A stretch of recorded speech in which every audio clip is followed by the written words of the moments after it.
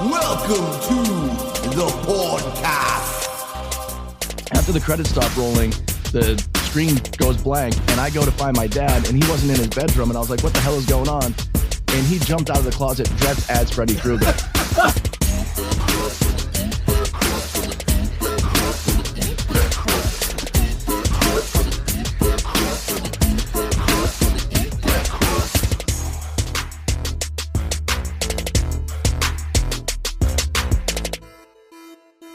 What up, everybody? Welcome to the You Gonna Eat That Crust podcast. I'm your host with the most on the ones and twos. You know they call me Bilbo Schwaggins. You know they call me Fatback Supreme. It's your boy,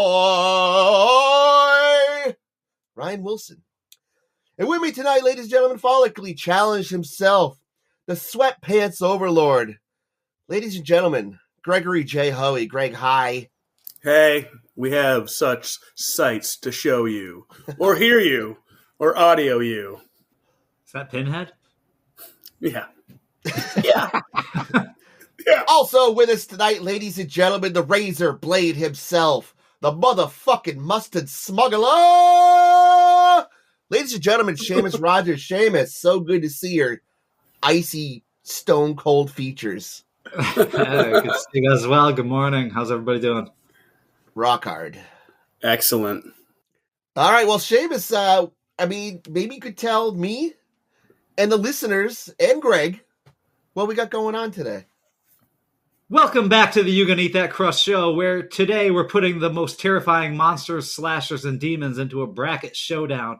And joining us is a man who knows death better than anyone because he co-hosts Death and Entertainment. He's a comedian, podcast, and horror aficionado, Kyle Ploof.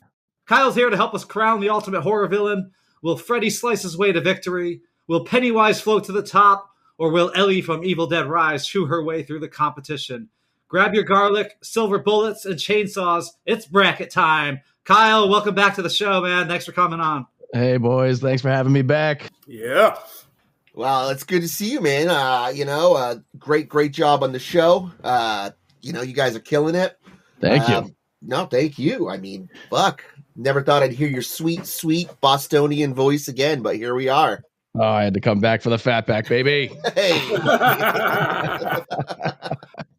Hey, he lost that accent. What do you got, like a new show on the network? Die After Dark. Yeah, it's Death and Entertainment After Dark. There's like no jokes or anything. It's actually terrifying stuff that's still unsolved. So, yeah, the first one we had...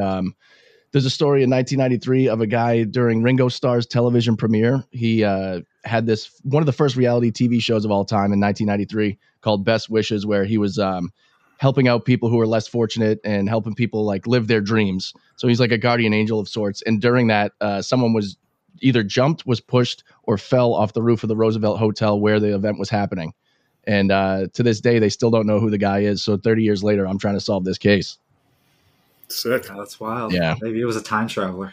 It could be. So it's a more serious vibe to the show. Yeah. The fantastic production value on that, by the way. The music was very atmospheric and shit. I really dug it, man. Thank you very much. Huge misstep in not calling it the Ploof, the whole Ploof, and nothing but the Ploof, but here we are. We still have time for a rebrand. I say, and of course you got Ben Kissel Politics and OK Bud. Yes, sir. The best political show on the airwaves. Yeah. Fantastic. Yeah. I love the show just because, you guys say how it is. You don't like pick sides. I like that. It's just. Yeah. Being in an echo chamber is never good. So tonight on the show, like Seamus said, we're doing a 8-bracket horror villain challenge here. We have 8 seeded villains. We have Freddy at seed number 1 going against Ellie from Evil Dead Rise. We have Ghostface Killer, a.k.a. just Ghostface. Number 2 seed going against Art the Clown, everybody's favorite clown at the 3 seed. And over on the West bracket, we got Jason Voorhees, number 1 seed, going against Aunt Gladys from Weapons at the number 4 seed. We have my man Pinhead, number 2 seed, going against the Grabber, a.k.a. Ethan Hawke Who the heck is the grabber, anyways? The black phone. You never seen the? Oh, well, that's perfect for today's episode. Then. The second one just came out. That was a pervert in the news. Just a pervert in a movie. Yeah. Oh, shit. I'm a fucking idiot. It's fucking that guy from Boogie Nights. Yeah. That's the same fucking guy, Greg. I know it's not the same guy.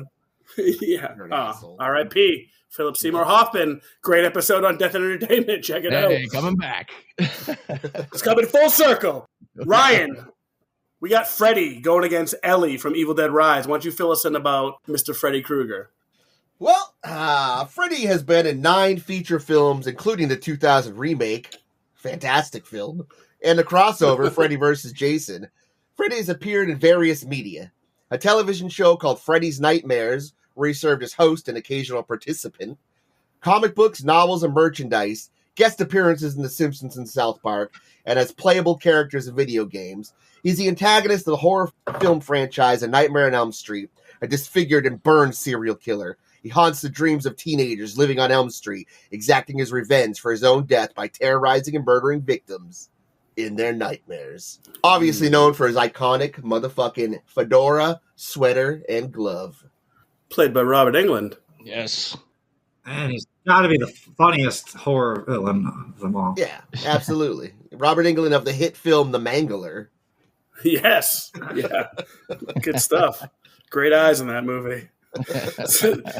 So from the East bracket, he's the number 1 seed, and he will be going against Ellie from Evil Dead Rise. And Seamus, what do you got on Ellie from Evil Dead Rise? Ellie is a central character in Evil Dead Rise 2023. She's portrayed by Alyssa Sutherland. She begins as a loving mother, but becomes one of the franchise's most terrifying deadites after being possessed by a Kandarian demon. Who is Ellie? Ellie is older sister of Beth Bixler and mother to Bridget, Danny, and Casey. So her son Danny discovers the Book of the Dead in their apartment building, accidentally awakening the Kandarian demon. Ellie is attacked and transformed into a deadite. Her role in the film, her possession drives the horror narrative, forcing her family in a desperate fight for survival. Critics and fans praised her chilling performance, with many calling Ellie one of 2023's standout horror villains.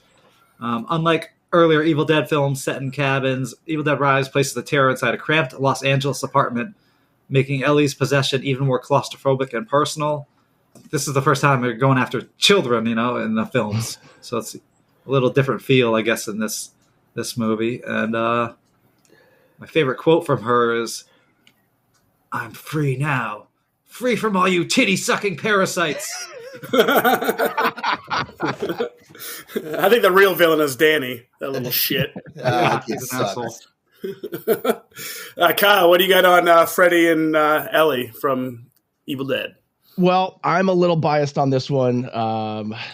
Anyone who's heard my podcast for the last few years knows Freddy Krueger is my number 1 of all time. But I do got to give Ellie a fair shot here. I do love a good possession. It is crazy that a lot of the people who are possessed in a lot of movies, it's just always a white lady. They always are getting them. They both have to come from something. So yeah, she has to get possessed by this demon. Freddy's been possessed by the dream demons, which where the hell do they come from? I don't really know. I just kind of ignore that part of the whole story. He gets burnt alive in a warehouse, and then all of a sudden these little, sperm tails. Yeah, demon sperms. Yeah. I don't get that part, but I still love him the most because he's got a great personality. I will say that when it comes down to it, Freddy Krueger, he was based off of a couple different things. There was, I think, in Laos, a bunch of people that were just dying in their sleep. In the entire culture, there was dozens of people dying in their sleep. And then Wes Craven had also seen a guy who was drunk and homeless outside of his place, dressed exactly like how we saw Freddy in the movies. So it's a little bit more real. And I got to side with Freddy because Ellie, she's great, but I don't think we even get Ellie without The Exorcist, which would be the original. Yeah, I'm going with Freddy. Yeah, Freddy's such an iconic villain, such a creative, cool character as well, too. Somebody who haunts you in your dreams, just fucking insane. You gotta sleep sometimes. Yeah. He deserves his own late night TV show. That would be incredible. Up All Night with Freddy Krueger. Yeah. I thought it was kind of important that we, mix it up, add some new fucking horror villains into the mix. If I gotta do the Chucky Octay Dewey Dumbala one more time, I was gonna kill myself in my sleep. I think Chucky was Freddy's only competition, honestly. I mean, I don't know. Do Deadites sleep? So does Freddy have any power against a Deadite? Ooh. That's a good call. Yeah, and as we all know, once Freddy gets dragged into the mortal realm, he kind of a bitch. Yeah, that's true. Still great with the quips. Do not sleep. Did you just Google that? Yes. I'm the research guy on my show, so I'm always looking stuff up as we're talking about things. So yeah, that's an interesting matchup. I mean, that is a very interesting matchup. The Deadite even know that Freddy exists. Yeah, I don't know. I fucking love Nightmare on Elm Street. I grew up on this shit, literally. Great parenting, guys. But I watched every movie when I was way too young to watch it. I got to see the 3D one in the theaters. Freddy's Dead, I think that was. And you got to see the sperm demons fly out of his chest and head towards you. So it was visual bukkake for young Ryan. And I don't know. I love Freddy's powers, but man, when Ellie turns into that multi-legged, body-parted creature at the end of Rise, what's Mortal Realm Freddy going to do? So I don't know. This is a tough one for me. I love Freddy's Dead, by the way. I remember when you run a podcast covering Freddy's Dead and everybody made fun of it. And I was like, I really like this movie. I was so pissed. We need to break it down. I mean, let's bring it to the demon realm and sperm demon versus a Kandarian demon. I think the sperm demon impregnates the Kandarian demon, and then we have the most epic demon of them all. Oh, shit. Is this a Freddy Deadite coming through? Fredite. Fredite. It's the crossover you didn't know you needed. Oh, shit. So it's Fredite moving on? Yeah, as the original sperm demon myself, because I have the 5 kids, I got to side with Freddy. I mean, as much as I love Evil Dead Rise, Freddy's an OG. So I'm okay giving it to Freddy as well. I mean, he's just like I said, he's classic, iconic. He always comes back. Yeah, and he might have one of the most offensive quotes that's recognized in Freddy vs. Jason. When Kelly Rowland comes out, he pops out and says, "How sweet, dark meat." In 2004, everyone was like, "Jesus Christ!" Was that the most offensive, or was it the most woke? He's inclusive. He includes everybody. Yeah, we can't even tell these days. Freddy can't be woke. He's always asleep. Oh shit! Yeah. All right, so Freddy, moving on. Greggy Pooh Bear. All right. What do you got? So, number 2, we got Ghostface from the Scream franchise. He's in 6 movies. The 7th is coming. And when counting the characters from both the films and TV series, there have been 19 Ghostface killers. If video games are included, the number rises to 23. So obviously he's the iconic persona from the Scream film franchise, a disguise worn by different characters in each movie to conceal their identity. The persona is characterized by a black hooded cloak, a white rubber mask, and a distinctive voice provided by Roger L. Jackson in all the films. Ghostface taunts victims with phone calls, horror movie trivia, and psychological torment before attacking them with a hunting knife. And that's a pretty brutal knife. I know Seamus and Ryan are huge fans of Ghostface. But I think he had to be on the list. He's iconic. People love him. I think Scream, like the first few Screams, are really good. Say what you want. I saw the 6th one in the theater with one of my friends, and it was fucking god-awful. But it was still entertaining. And Ghostface is going against number 3, Art the Clown. Seamus, what you got on Art the Clown? Art the Clown. He's got 3 full-length movies. He's been in 3 short films. We got Terrifier 4 expected in 2026. He first appeared in 2008 short film called The Ninth Circle, directed by Damien Leone, who directs all the Terrifiers. In The Ninth Circle, he was played by Mike Gianelli. And then all the Terrifier films, they switched to David Howard Thornton. And the reason for the change Gianelli retired from the role partly because he disliked the extensive hours required for the makeup and filming. So, his character traits, he human turned undead demon. He terrorized Miles County, New York. His signature weapons, hacksaw, cleaver, scalpel, chainsaw, cat of nine tails, salt, bleach, whatever is on hand. He likes guns. Whatever he can pull out of his bag there. He's silent, sadistic, and theatrical. He often toys with victims before killing them. He was initially depicted as a human serial killer. Later films reveal supernatural elements. Terrifier 3 clarified his origins and motives. I don't know about clarified. I mean, it was still very vague. Showed him as more than just a clown, but he was a demonic entity with the regenerative abilities. Art the Clown began as a human serial killer in Miles County with no tragic backstory or sympathetic motive. His later resurrections transformed him into an undead demon, cementing his role as a supernatural slasher who kills purely for sadistic pleasure. His popularity has led to merchandise, masks, and even crossover appearances in games. I mean, you hit the big time when you're on Fortnite as a killer clown. Oh, they have him now? Yeah, he's in Fortnite, and I actually just saw in the PlayStation Store he has his own arcade beat 'em up slashers or hack and slash games. Yeah, Pennywise has fired his agent. Yeah. How did you get in Fortnite? Yeah.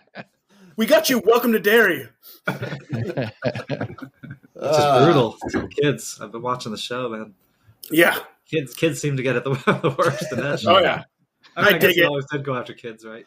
CGI is a little on the wonky side for my liking, but I do really enjoy it. And reading the book, obviously, there's huge backstory on it, so pretty cool. Kyle, what you think about this matchup, Ghostface and Art the Clown? Well, I was thinking about it just like franchise to franchise, but if we're thinking about it like if they actually had to go up against each other, this is like the 100 people versus a bear thing. Yeah. Who would win? Because we got 23 killers versus one, but he's all supernatural and shit. Right, they're all human. Yeah, exactly. All the Ghostface immortal. Right. And we don't know exactly how he got his powers. We're actually finding that out in the next Terrifier, which I'm excited. Can't wait. To see what's going on. I hope it's not anything like the Pennywise stuff, because apparently he's like fighting another like the most supreme being in his universe where he comes from. Since he's like a giant spider, there's like a giant turtle floating out in the universe somewhere. Oh yeah. I'm like, what is going on? So I hope it's nothing like he's fighting like a giant octopus somewhere out there. But I do think Art the Clown has brought back 80s horror for sure. If you're a fan of like the trauma movies, Toxic Avenger and everything like that, the actual body horror that happens in this film is just so beyond and incredible. I love the gore, but Ghostface is a classic. We did see a franchise just develop right in front of us in the 90s, which was incredible. I'm going to have to side with Art the Clown just because he, without saying anything, is still so expressive. And I mean, I'm a blue collar guy. This guy's an OSHA violation walking. He's killing people with power tools and stuff. And anytime you saw someone in half from the bottom up, I'm in. Yeah, brutal. Yeah. He's the guy I don't want to run into. No, that's for sure. Anytime Art pulls a fucking piece from his fucking bag and just starts shooting people, that is the greatest shit ever. I know, it's so funny. He's not limited, He's like, fuck you. Fuck you. Yeah, he's got paranormal powers, but he still like holds a gun like he's like from Bonnie and Clyde era. That's all theatrics, He's into the role. Yeah, he's hilarious without saying anything as well. Like he has the great facial features or facial expressions. The bar scene in Terrifier 3 is fucking hilarious. I love that shit. Yeah, it is. With Clint Howard and a few other iconic characters. Yeah. So good. Well, I made it pretty well known my dislike for Ghostface. There's one Ghostface killer in my realm, and he's in the Wu-Tang.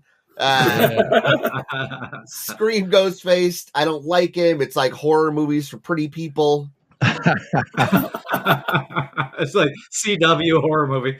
The twists are never fucking clever. I mean, I'm done with it. I'll keep watching him because I'm a piece of shit and I just watch it anyway. But fuck that guy. Art the Clown kind of was a breath of fresh air in horror, and I'm here for it. I thought Terrifier, still think Terrifier 2 was the best, but I had fun with Terrifier 3 as well, and I want to see where the story's going to go. So my vote goes to Art. What's up? What do you got against Matthew Lillard? I think I've seen Scream 1, maybe Scream 2. I saw enough in that that I didn't need to go back to the. That was series. it. Wow, Really you really hate Ghostface. Hated it. Kind of hate it. Like, I don't know. I just never got into it. I guess. Yeah, there are movies out there, and no human's going to take on Art the Clown. I mean, especially when he regenerates and comes back. So, Art the Clown, it is. It's secretly known that Will Smith was the 24th Ghostface killer as he killed Jada Pinkett Smith in the opening of Scream 2. I'm going to give Ghostface his flowers. I mean, Wes Craven, I think the first few are iconic. I think they're great. There are good twists. It's very creepy with the phone calls and stuff. And the phone calls coming from inside the house. Maybe outside. That was intense. Like the phone call, like, what was it, the first one, the babysitter or something in the house? Yeah, with Drew Barrymore. Terrifier 1 was great. It was just basically just him killing people. Not a whole ton of backstory, but very cool. 2, you got a little bit more backstory. And 3 was, in my opinion, the best one just for the story and the fantastic acting, especially from the brother. I forgot. I'm blanking on his name right now. The fucking nerd kid, who I know is not dead. Yeah. But I'm going to go with Art the Clown myself as well, too, because, I mean, Art the Clown could probably face off against 23 Ghostface and Will Smith, and he'd slap the shit out of all of them. The best Scream movie was Scary Movie 1 and 2. Come on, everybody. Take my strong hand. I think they're coming back next year, I believe. I saw that. Pretty amped. Yeah. All right, so on the East Coast bracket, for the finale, we will come back to it, but we will have Freddy Krueger versus Art the Clown, the matchup that everybody wanted. All right, heading over to the West bracket. We got number 1 seed, talking Jason Voorhees. Ryan, what do you got on Jason Voorhees? Jason Voorhees, the iconic undead serial killer from the Friday the 13th horror film franchise. Its origin story is one of a bullied and deformed kid who was drowned at Camp Crystal Lake, only to become a vengeful killer after his mother Pamela is killed in retaliation for his death. He is a monstrous and seemingly immortal figure in the hockey mask who brutally murders trespassers, especially at his hunting grounds of Camp Crystal Lake. There have been 12 main films in the Friday the 13th franchise. The films include a sequel with a crossover film and a remake. There have also been spin-off media, including television series, novels, comic books, and video games. What's up? Friday the 13th, a Nintendo game. I love it. So hard. It was hard. I mean, most games back then were hard because a lot of them you couldn't save. You had to start over from the beginning. Yeah. It was always rough. Had that really long, 50-letter code. Yeah, right. Exactly. Is that an 8 or a B? Write a book. You try to leave your Nintendo on for while you go to school or something, and you come back and it's just like a blue screen. So the iconic hockey mask Jason Voorhees will be going against Aunt Gladys from Zach Kreger's Weapons. Ryan, what you got on Aunt Gladys? Aunt Gladys, she was only in the one fucking film, all right? She uses people as weapons through mind control, a power she wields with a magical bloodied stick and her personal items from her victims. By wrapping a person's possessions around the stick and breaking it, she can command them to relentlessly attack a target until she stops the spell by dropping the stick in water. She also uses a magic bell and a bowl of personal items to control large numbers of people at once. Her weapons are an extension of her power and are used to drain the life force of others for her own survival. Before we get Kyle's opinion, I gotta say, there's a loophole. Jason doesn't kill kids. So she could fucking send a bunch of kids against Jason, and he'll be trying to be nice to him and stuff, and they'll be fucking, clearly decapitating him. But. He just ruined the movie I wanted to see. 100 kids getting chopped up by Jason Voorhees. That's called Nightmare on Elm Street. Okay. Kyle, what you got on this matchup? Jason Voorhees versus Aunt Gladys. Aunt Gladys, man, she's very interesting. I did like the movie Weapons. I mean, there were some confusing things. I don't know if everyone has seen it here, but the AK-47 like floating over the house. I was like, I don't know what the hell that's all about. But Aunt Gladys like being in the middle of the woods, like waving creepily, being stuck to the ceiling, scaring the shit out of people. He was doing like some Pennywise shit. Yeah. So I don't know what her backstory is. I think we're going to get a prequel and be able to find out more. But from what I've seen of her, I absolutely loved her. Jason, of course, is huge. A lot of people love him. What I don't like about him is that he's just unexpressive, lumbering, just kind of zombie guy that just swings a hatchet around. And with him and Michael Myers specifically, you know, it's always like scary because they're like slowly walking towards you and they just never stop. But what happens between that cut and that cut when you have driven like 10 miles down the road and then they're still walking down? Nobody wants running to watch him walking through the woods for 2 hours to get to his destination. Yeah. I gotta catch him. Oh, camera's on. Slow it down. I agree. He's just a lunk. He's got no personality. His only passions are stabbing people and picking up things and putting them down. Yeah. He's like the guy from the Planet Fitness commercial. Exactly. I don't know, man. I think the most iconic death out of any franchise when Jason picks up the sleeping bag with the girl in it, just hits it against the tree over and over. That is a good picking things up, putting them down, or stabbing.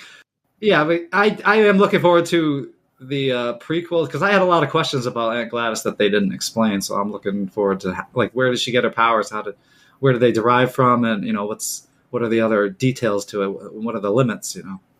Yeah, a lot of unanswered questions in Weapons. I really like Weapons as well too, but there was a lot of plot holes and loose ends that need to be tied up, and hopefully we'll get that in the prequel. But again, Jason comes back, and she's just human. So does her powers extend to regeneration or immortality? We don't know, but I don't think so. So I would have to go Jason myself. So I mean, before I, really cast my vote, I want to say that I used to be a big fan of the show, The Whitest Kids You Know. Yes. And Zach Kragers wrote this movie specifically for Trevor Moore, like they were best friends and shit. And that's how he dealt with Trevor Moore's death, is they immediately started scrawling this fucking idea for the movie and fucking got the shit done on lock, fucking. And that's how he processed his grief for him. And I thought Aunt Gladys is very polarizing. She's gross. I was watching the movie with my wife, and the scene where she makes the parents like repeatedly stabby faces with the forks. Oh, it just keeps going on and on. She's like, okay, is this? I mean, really? Yeah. But she was creepy as fuck. I have a soft spot in my heart for Jason, as I'm also slow and lumbering. But what does the matchup entail? I mean, fuck, man. I'm going iconic wise. I'm going Jason, obviously, but a lot of love to Aunt Gladys. I mean, she's a G. John from Dewey Podmonster will shut this podcast off right now if we choose Gladys. The scene where she comes out and cuts what's her name from Ozark's hair, like when she's sleeping in the car. That was one of the creepiest scenes of the whole movie. Big props to Aunt Gladys. Also, Trevor Moore, another awesome episode from Death and Entertainment. What's up? Throw that out there. I would have to go with Jason Voorhees as well. But again, there's that loophole with the kids. She can control all the kids, but she is clearly mortal, at least right now, unless she comes back. Do we know that Jason maybe doesn't kill kids, but do we know he wouldn't defend himself against, psychotic children? What if the kids are shit? Yeah, it's true. And what if it's taking place over water? If they're having a water fight. Yeah. A water balloon fight.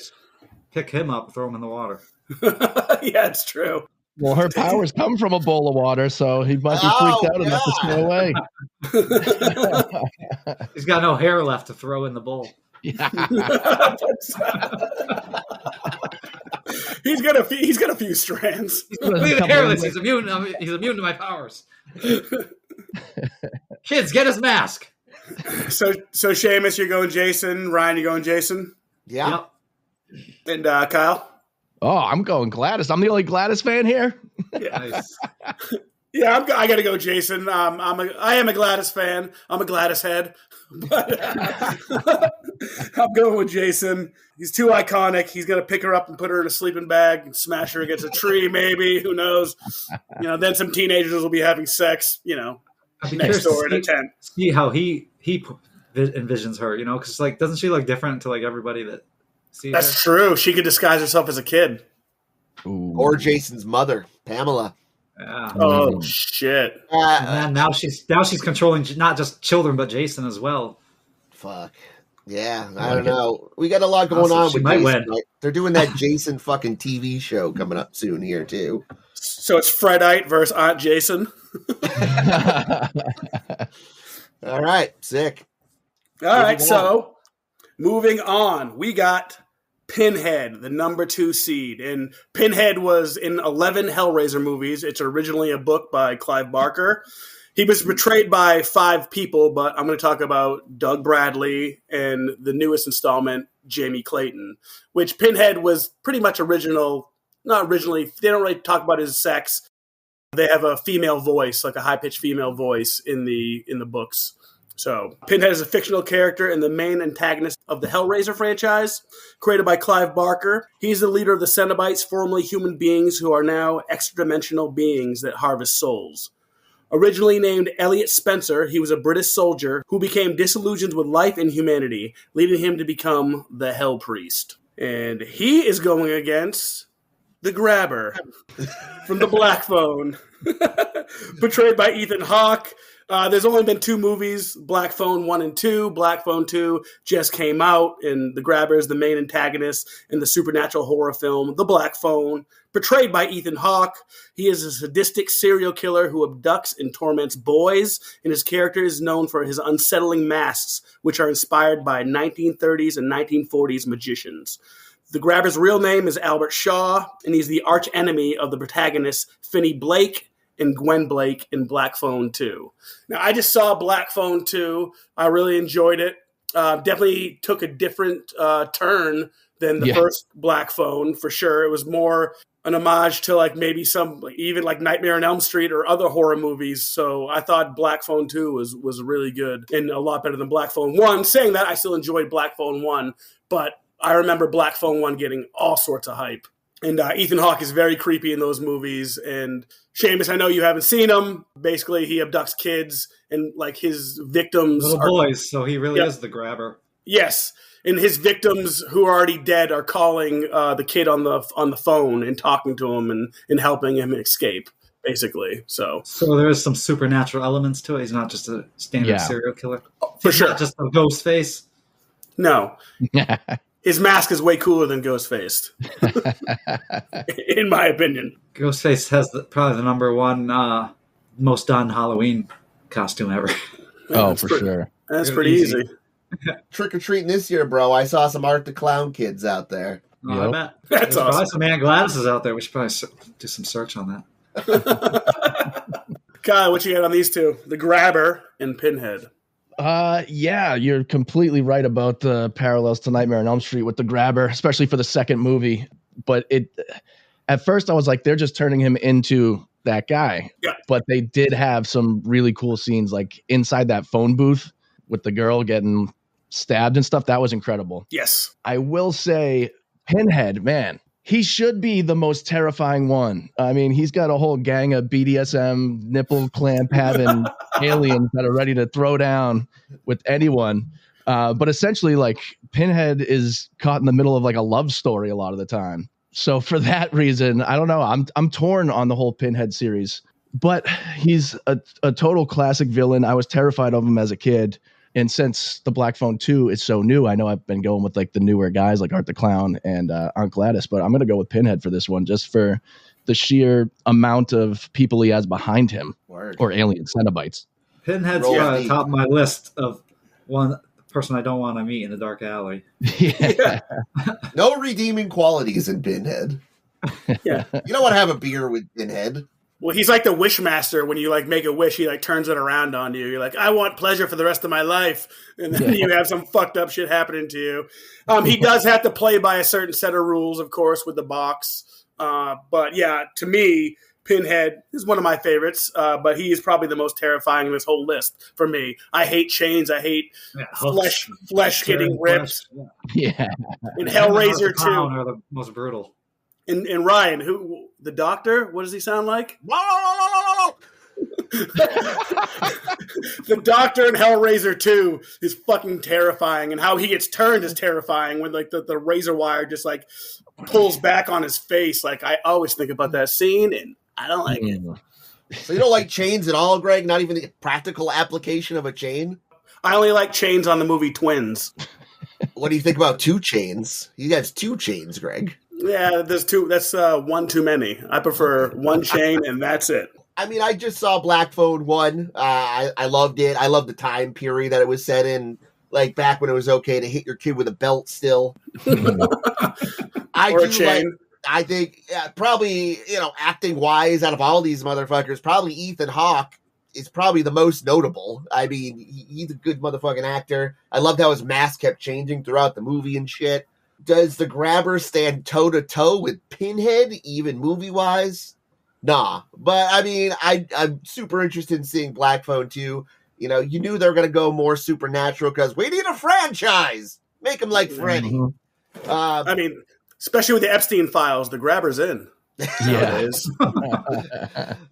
So, I mean, pound for pound, I got to go Hellraiser. Probably the second goriest movie out of this, franchise, out of this whole fucking curmudgeon of movies here. So, yeah, Hellraiser all day, baby. I love the new one. I thought Jamie Clayton was dope in it.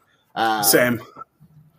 Big ups. Yeah, I like how they show the creation of the Cenobite a little more in detail in that one too. Yeah, the ending is fucking haunting. That is one of the most disturbing endings of all time. I can't wait. I hope they do another one of those because I thought that was awesome and Jamie Clayton killed it. Pinhead's terrifying. Like I hooked myself with fish hook and fishing a couple times, and I don't want to be anywhere near all the hooks that he's got going on. Sometimes I get a little lonely. I wouldn't mind being grabbed a little bit. So I mean, grabber sounds like a little more pleasant experience than running into Pinhead and getting my flesh torn apart. I don't think he can stand against Pinhead and all his minions of hell. Yeah. I hate talking on the phone, so I'm going with Pinhead. All right, so we got East Coast bracket, Freddy versus Art the Clown, and the West Coast we got Jason versus Pinhead. Oh my God, the final 4. Here we go. Freddy versus Art the Clown. Kyle, what you thinking about that? Oh man, I mean, these are the 2. I would say the 2 killers that enjoy taunting the most. So, I mean, I don't think we get Art the Clown without Freddy, because they're just they enjoy killing so much and laugh at you pretty much while you're dying, which to me is the most truly terrifying. If someone was killing me and just making jokes about it the whole time, I'd be like, oh God, this really sucks. I'm just picturing these 2 going against each other. It would be hilarious, like trying to stump each other or get the most, try to just make the other one look stupid or something. And Art can't speak, he can emphasize with flags and horns and whatever. Yeah, right. Getting pie on Freddy's face. Yeah.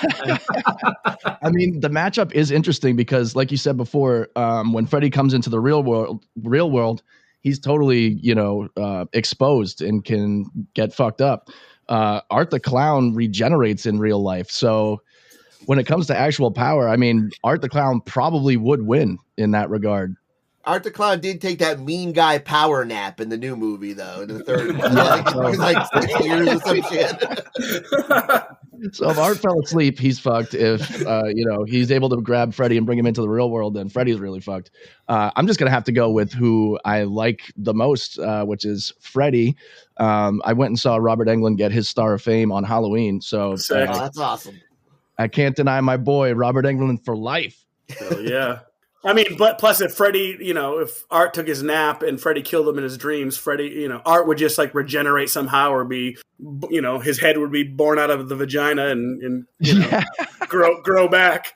Traumatizing Chris Jericho again. Yeah. And then we just rinse repeat. Yeah. It's definitely a tough one. I mean, both of them seem to be immortal and come back. And I don't know. I'm just going to go with the one with the best one-liners. I'm going to go with Freddy. Ooh. You see, this is hard because, how many years has it been where we have a pantheon of iconic, slashers in Hollywood?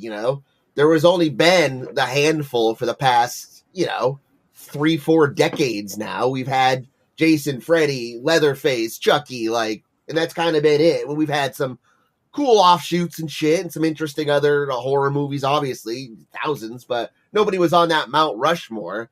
Well, I mean, Art the Clown has joined that Mount Rushmore and has become the only other new notable slasher that we've had in decades. So definitely a tough one. I'm kind of mad that we didn't have the Gabagook on here, or the Babadook. The Babadook? The Gabagool? James Gandolfini. Hey, Gabagook. It's James Gandolfini and the kid from the Babadook, the fucking kid. Yeah. But yeah, that is an interesting, the Mount Rushmore. I mean, Art's not on it yet. He wants to be on. He's kind of like Trump, where he wants to put himself up on the mountain. But I know Mount Rushmores. I'm the best at Mount Rushmores. Honestly though, I've got to go. I got to go with Freddy. I mean, he was part of my childhood. He was my dad when my dad ran away. I had Freddy. He was always there for me. So yeah. Hey, Ryan, want to trip out? Big love for Art the Clown, though. I mean, it is making horror movies great again. So yeah, big love for Art, but got to go Freddy at the end of the day. See, as far as one-on-one, again, Freddy loses his power in the real world. I got to go Art the Clown. I think Freddy's iconic. It's been known lately that I have been sleeping on some Nightmare on Elm Streets, and I've only seen a few of them. I haven't seen the first one or the second one. I've seen 3, 4, 5, 6, and I haven't seen the new one with what's his name from The Watchmen yet either. You don't have to see that one. Yeah. Yeah, they really leaned into the pedophile aspect on that one. So yeah. I like Freddy when he just killed kids, not anything else. I'm fine with child murder. Freddy and the Grabber get together. He only diddles with the left hand. Hey, let's discuss this new movie. So I'm going to go Art the Clown, even though it's a moot point because Freddy's moving on 3-1. But obviously, clearly, Freddy is hilarious. I love Freddy's Dead. That movie is hilarious to me. I think Freddy has fantastic one-liners, and I personally like Freddy as a comedian. I think he's excellent. I know a lot of people don't like Freddy's humor and stuff, and they like him when he's just killing people. But when he had the one-liners, I thought he was excellent. We got to go with all the buzzes in motion. The horror villain that would make the best podcast host. Yeah, we all agree it's Freddy Krueger. Yeah. This is audio art. We're not doing video. Okay, so we got Freddy moving on to the finals. That's no surprise there. We got Jason versus Pinhead over in the West bracket. I'm going to start with Ryan. Ryan, what you got? Well, fuck, man. More storied, history with Friday the 13th. But once I found Hellraiser, I was obsessed. Hellraiser 1 through 3 was my fucking jam when I was a kid. And I watched them way more times than I'm comfortable to admit, to almost whatever. Let's not get into it. But I don't know. I love the brutality of the Hellraiser movie. I think the exploration of their version of hell is fascinating and hasn't really been done in anything. Clive Barker's clearly a super fucked up dude with deep-seated fetishes. So at the end of the day, I'm gonna go Hellraiser. Sorry, Dewey. I hope no disrespect to you, but I mean I gotta go with my gut, and Pinhead wins it for me. Seamus, what you got? I think this is a skewed matchup. I think this is a perfect matchup for Pinhead to win. All he's got to do is chain up Jason and dump him on the bottom of a lake and leave him chained there for all eternity. It's true. Jason's not a big fan of chains either. He gets chained up and thrown in the lake a lot. It's kind of his thing. No divers come around and unchain him. Yeah. Pinhead will be down the road. Leave a sign on him. Do not release me. Kyle, how about you? Yeah, I mean, when it comes to the deaths, the Hellraiser deaths are pretty friggin' brutal. I'm trying to think of Jason's deaths. The sleeping bag thing, that was great. And what is it, Jason X in space when he pretty much turns someone frozen and then just completely annihilates them and they explode into a million different pieces. But I will say one of my favorite moments in any Jason movie is Jason Goes to Hell when Freddy's claw comes up and takes his mask down to hell. So if my favorite moment is from another villain coming into the movie, I got to go with the other movie. So I'm going with Pinhead. Sweet. Good call. And it looks like we're not going to get a Freddy versus Jason because Pinhead is my boy, and I think Pinhead destroys all. Everybody knows, or some people know, that Hellraiser 3 was actually one of the first horror movies I have ever seen, and kind of went on from there. Started with 3, not 1, just like Freddy movies. Yeah. Yes. Corey LaFlower, our friend, showed me it at my folks' house. I remember watching it in my folks' living room, and I was like, wow, this is fucked up. Just the whole club scene and the CD guy. I was like, I'm into this shit. This is awesome. So started my love for horror movies, and I still have not seen some, but I will, I promise. But yeah, I'm going with Pinhead. So we're going to have a matchup in the finals, Freddy versus Pinhead. Kyle, who you got on this matchup? Well, I mean, this is interesting if we're talking about who's going to win, because if we go over their powers, like, is Pinhead he's completely controlled by the Rubik's Cube thing? Leviathan. The lament configuration. Another reason Jason wouldn't win, because Jason's too dumb to figure that out. Freddy might be able to figure the box out. Yeah. So if you destroy the box, then you destroy him? Temporarily, right? Yeah, well, at least you send him back to hell. Oh. The box is the gateway to hell. You got to have the box to access hell. I don't think it can be destroyed. It would another one would just fucking plop down in some fucking homeless guy's lap if that happens. So it's not. There's no loopholes like that. Yeah. So I mean, who does win when it comes down to either of these two guys fighting? I don't think Pinhead sleeps much. He's too busy having fucking sex. Yeah, too busy hanging Dave Navarro by hooks out of his back. Hey, anyone deserves to be hung by hooks in the back. It's Dave Navarro. He asked for it. Or Vincent D'Onofrio. Yeah, I mean, come on, guys. It's who wins? I mean, I don't fucking know, man. Freddy is hilarious. Again, sometimes I got to bring it to who would I rather sit down and have a beer with. Pinhead is not a fun guy. There's no fun to be had with Pinhead unless you're into some fucking weird shit. And, you want to fuck my dude friend over here? Like dudes in leather and chains. All right, so who would win the roast battle? Freddy all day. And if I'm gonna die, I'd like to die with a laugh. You know what? That was hilarious, and thank you. Now I'm dead. Pinhead, he's like, I'm going to torment you for the next fucking 500 years. I'm going to pull your nipples off every day. I'm going to turn your asshole inside out and make you do those rosebud videos. And I'm going to go Freddy for the slightly quicker death, maybe, and the smile. Service with a smile. Seamus? Myself, I think Pinhead's the baddest of the bad. I don't think anybody beats him with all the powers at his disposal. He's just truly terrifying. Yeah, agreed. If we were going to go by personality, obviously Freddy's going to take it. Pinhead's a bore. He's not a good dinner guest. He might carve the turkey for you. But like I said, I don't think he sleeps or dreams. If he does, he controls them to his advantage. I think he's beaten Freddy. But again, Freddy's one of the more intelligent on the list. He could figure out the box and the correlation, and he might be able to banish him. So I think in raw strength, I'd go Pinhead. Maybe wits, Freddy could come out on top in some of these battles, but I'm going to go with Pinhead. Kyle, did you say who you're going with? I didn't yet, but I thought it was very interesting that you said that Freddy was your dad back in the day, because this is how I got involved with Freddy in the first place. I was visiting my dad, and he was showing me my sister's first birthday party on VHS. And halfway through my sister's first birthday party, she's blowing out the candles for her cake. It goes blurry and then cuts to Freddy Krueger, Nightmare on Elm Street. So Freddy Krueger was so important to my dad. He's so iconic of a villain that he's like, fuck my daughter's first birthday party. I need to see Freddy Krueger on HBO and remember this shit.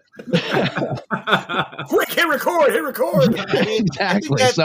That's the extended cut, I'm pretty sure. Yeah, seriously. So then the movie ends, and I'm 5 years old, literally. My dad gets up when the credits start rolling, the scary music's playing, and he leaves me to go to his bedroom. After the credits stop rolling, the screen goes blank, and I go to find my dad, and he wasn't in his bedroom, and I was like, what the hell is going on? And he jumped out of the closet dressed as Freddy Krueger and chased me around. So that was such a traumatizing memory. I was going to say, like, he wasn't he around? Like, he didn't see that the birthday video ended and that Freddy was on, but it sounds like he knew and he was planned that shit. So for that reason, the trauma that I had since 5 years old, Freddy Krueger's always been my number one guy because he always scared the shit out of me. From that night forward, I'm going Freddy. He hasn't slept since, Seamus. I'm real tired. My next door neighbor had like all sorts of scary masks. I was so fucking scared of them when I was little. And I remember he dressed up as Freddy once and like scared the fucking shit out of me. And I was traumatized. I was kind of traumatized. I remember seeing the opening scene at my friend's house when I was there with my family with his hands like stretching out down the street. And that scared me so fucking much. I never went back until Nightmare on Elm Street 3. But saying that, I am going to have to go with Pinhead. Pinhead's my boy. I think, obviously Freddy's the most iconic of them all. But we're going to go with the tie. And we're it's going to come down to a tiebreaker question. So just have your Freddy-isms ready. So when you know the answer, call out your Freddy-ism. And you can answer this question. And you can push the winner on. So, in Terrifier 3, who is Art the Clown's sidekick? Dark meat. All right, who you got? It's Vicky. Okay, yep. Victoria. All right. So Ryan's pushing somebody along. I'm assuming it's Freddy. It's gonna be Freddy, baby. Oh shit. So Freddy is the winner of this bracket 8 challenge of horror villains, which, it's almost like Frank Costanza winning the Seinfeld one. We knew from the start who was going to win the Seinfeld bracket. Well, I have another reason why too that Freddy could, because he is terrifying, but also the funny stuff. He's not too cool to do a song with Will Smith back in the late 80s, early 90s. Or Nightmare the on Fat My Boys. Street. Yeah, exactly. Yeah. but to be fair, this was before Will was a pariah. Yeah. Right. Yeah. Before he was smacking people in the face for talking about his wife who hates him. But I mean, if Will in back in the day, it just shows Will Smith's character. He's hanging out with pedophiles. I think that song slaps for sure. Will Smith set his career ablaze, and the parents of fucking Elm Street set Freddy ablaze. Hey, at least we have his kid. Great. So we have a couple listener responses. 66 Swirl said, Freddy can't lose. He's essentially an idea. You can't kill an idea. The only one who has a chance to beat him would be Pinhead, but he's forced to play by a certain set of rules, which is true. Yep. Yeah. Kate from Down Under. Oi. Thank you. Says, each has their definite strengths, but I have to choose Freddy. He is impossible to truly escape, and his one-liners give him an extra edge. Facts. Mm-hmm. Welcome to Edging with Freddy. Andy Paper Bag says, I got to go with my boy Art. No specific reason other than I adore him. And then Michelle Jacobson says, Art the Clown for sheer brutality, followed by Gladys. That woman is simply unsettling and would easily scare her competitor out of the ring.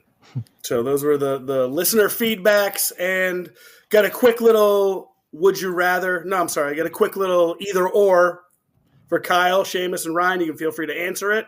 It's a quick rapid fire. We're going to go with Lord of the Rings or Star Wars. Star Wars all day. Yeah, Star Wars all day. I have to agree. I love them both, but yeah, Star Wars all day. I just get annoyed by hobbits and elves and stuff. I don't want to be racist, but I like second breakfast, so I'm going with Lord of the Rings. Art the Clown or Pennywise the Clown? Art the Clown.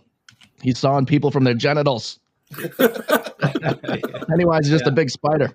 The other one's just another pedophile. Enough of those. I'm going with Art the Clown too. It's terrifying. Well, fuck, man. I'm such a fucking Stephen King guy that I have to go fucking Pennywise. What's up? Fuck y'all. Yeah, well, I'm going Pennywise as well. It's one of my favorite books. I love that shit. It's amazing, and he's many things other than just a giant spider. He definitely does the slow play, the long game, over Art. He likes to torment them for decades. Yeah, it's not Pennywise's fault that CGI has ruined some of his movies. Yeah. I blame Tim Curry. Yeah. Oh, Tim Curry's great. Yeah. Audiobooks or reading books? Shut the fuck up. I'm never going to listen to an audiobook. I'm never. And anytime someone says I read a book, but they just listen to it, I want to fucking destroy them. So give me a fucking dank ass library any day. I was an English major, so I'm going book. book. Yes, standard. The book is better. I mean, I think you take more away from a book. It absorbs better because you're reading as opposed to you can be distracted during an audiobook. And, I find myself in audiobooks rewinding a lot sometimes when I start straying about thinking about something. But for convenience-wise and getting more content in, I'll go to audiobook just because, I have more time when I'm driving or whatever to do an audiobook than I read books while I drive. I've seen it. I used to work with this guy in Boston who would we would be driving in with the truck and he'd be reading the newspaper. I was like, Steve, you can't read the newspaper while you're driving in. Fucking stupid Steve. I agree with Seamus. Obviously, when I'm reading a book, I prefer to read the book, but for convenience, I go with audiobooks. But reading books is better. All right, shows or movies? Do we have to call them reading books? Can we just say books? Yes, we have to call them reading books. Shows or movies? I mean, look, man. The future has changed. People are listening to books now. Movies used to be the preferred medium. But in the past fucking decade and a half, it's been fucking TV shows that have been crushing it. I've seen so many fucking shows that I fucking am just loving right now, and it's just, on the whole, it's just a much better experience to stretch a fucking story especially out. Nowadays with the high production value and the better writing and stories. I mean, you think about it this way. Say it's a book adaptation or something, say it's a 40-hour book. Do you want to get your hour and 45-minute movie, or do you want a 8 to 10 episodes mini-series on it and get more content? Yep. Exactly. Yeah, I completely agree. I think shows are the new movies. Yeah, you got Breaking Bad, all these great shows that are coming out. Pluribus, if I can recommend that. Vince Gilligan just created that, and he's going back to his X-Files roots. It's kind of like a hive mind. You don't know what the hell is happening. I'm watching it. I love it. I'm very intrigued by it. But I have to say, since the first episode was the best, and since then it's been kind of slow. Yeah. It's still interesting. I'm still enjoying it, but it has been a little slower than I expected. I think the whole idea is just insane. What would you do if you were basically the last person? And even though it's not a horror show, there's been some fucking super unsettling fucking scenes in that show. So yeah, every time she gets angry, someone has a heart attack and dies. Oh God, millions or hundreds of thousands. Carol, please. Carol, please. Carol, please. Jesus fuck, dude. Yeah. It was very creepy, especially in the first episode where you see them calling her by name, all in chorus, Hi, Carol. Kids. Yeah, the two neighbors. Yeah, under the rock.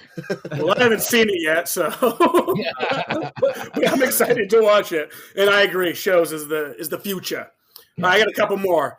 Stand up or live music? Live music. I've been at comedy clubs for too long. I love stand up. I'm going live music all day. I mean, music hits me differently, and I couldn't live without music. As the fourth best rapper in New Hampshire, obviously I'm going music. I mean, I love stand-up. Actually, I just listened to a fucking Big J Okerson Crowdwork special on Spotify. Dude, I was in fucking tears. So, I mean, I fucking love stand-up. But, I mean, I'm a musician. Give me fucking music, baby. As the best hair band cover band in New Hampshire. Let's go. I'm going with live music as well, too. And mushrooms. Live music with mushrooms. Oh, there you go. Okay. And last but not least, pineapple or pepperoni on pizza? Well, it depends. What a stupid question. Yeah, it depends how much. Depends how much cum I'm drinking that day. Or your partner, if you want to do them a favor. You're drinking about a pint, probably about a pint. Look, man, pineapple is a fresh pineapple, probably my favorite fruit of all time. I'm going with pineapple. I love pepperoni, but I also deal with a lot of pepperoni in my life, so I'm a pineapple kid. Got a new nickname now. The Pineapple Kid.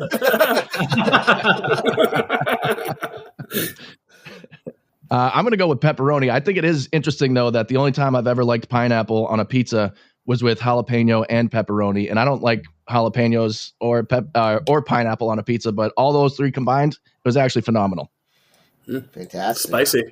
I don't even need to answer this one. It was a horrible question.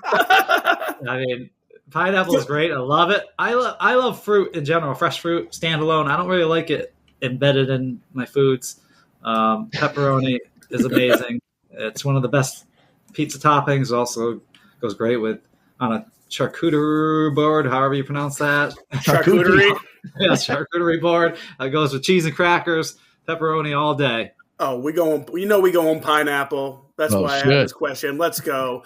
Even though pepperoni's fantastic, it just gives me so much heartburn. My heart burns for pineapple. So after this bracket, you're the villain after all this. So before we go, Kyle, do you want to talk about any of your shows and tell people where they can find them? Yeah, I would love if people check out Die After Dark. It is on the Spotify feed. It's still in the Death and Entertainment Spotify feed. Like I said, it's a little bit more serious, covering unsolved mysteries that are really happening in real life. I actually submitted the first episode to the LA Crime and Horror Film Festival. And just 2 weeks ago, we went there and I was up for Best Documentary, ended up winning Best Documentary. Damn, son. Yeah, congratulations. Yeah, that's awesome. Right after someone we've been talking about today, David Howard Thornton, who plays Art the Clown, he won Best Actor. So it was a really cool night. And I think people will enjoy it. And if they like the dark, scary stuff. And then, of course, after that, Death and Entertainment and Okay Bud. Oh, yeah. Well, we thank you for your work, Kyle. We've been enjoying it now for several years, and we appreciate you coming on again, man. You're fucking. Oh, I love you guys. Thank you so much for having me back. It's always a good time. New England represent. What's up? Let's go. All right. Well, we want to thank everybody for listening. You're all beautiful, beautiful people. Yeah, thanks for checking us out. You can find all our stuff on Spotify, Apple Pod, YouTube. If you want to donate as low as $1, you can join our Patreon and get episodes just like this one up to a week early. And we rep the You Run Podcast Network, where you can find all of our shows and all the other awesome shows out there on yourunpodcast.com. Obviously, check out Okay Bud, Death and Entertainment, Die After Dark, Ben Kissel Politics, all that stuff.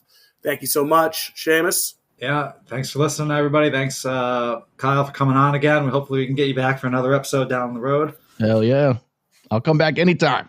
All right, appreciate it, man. Thank you, guys. Have a good rest of your Sunday. All right, football games you're looking forward to, or you're a Pats fan, aren't you? Tomorrow night, go Pats, baby. I'm a Giants fan. I'm a giant Pats fan. I don't care. I'm just looking for a draft pick at this point, I guess. All right, everyone. Well, thank you so much for listening. And remember, in trust, we trust. Eat that crust. This ends our podcast. I think Art the Clown has brought back 80s horror for sure. Anytime someone says, I read a book, but they just listened to it, I want to fucking destroy them. Yes, we have to call them reading books.